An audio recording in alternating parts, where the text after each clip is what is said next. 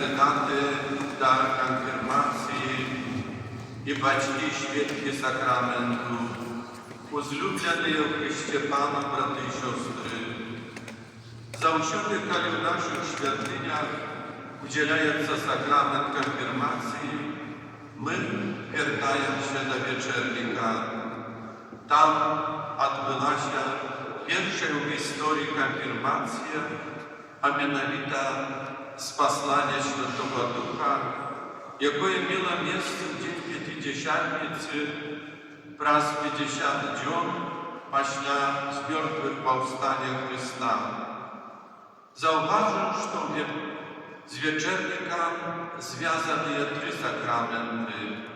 To Eucharystia i świętarstwa, jakie Pan Jezus ustanowił podczas apostolskiej wieczery w Wielki Czwartek i konfirmację, początek jakiej związany z dnią Pięćdziesiątnicy. Każda konfirmacja zjawляється jakby powtórą tego samego zdarzenia, kiedy Maryja i apostoły otrzymali umocowania Duchem Świętym. Ten dar był im obiecany samym Chrystom. Tam właśnie Jego zmartwychwstania oni zostali się u Jerozolimie, czekając spasania obiecania. I właśnie u dzień Pięćdziesiątnicy, kiedy obiecany Święty Duch przyszedł i napełnił apostolom swoją mocą, i oni jeszcze lepiej zrozumieli, że te obiecanie jeszcze bardziej z nim związali się.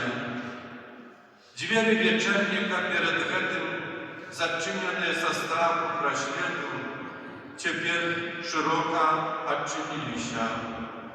Apostoły odważnie wyruszyli z początku na ulicy Jerozolima, a potem i w inne горody i wioski, u inne krainy i końce świata, jak obwieszczać dobrą nowinę o zbawieniu.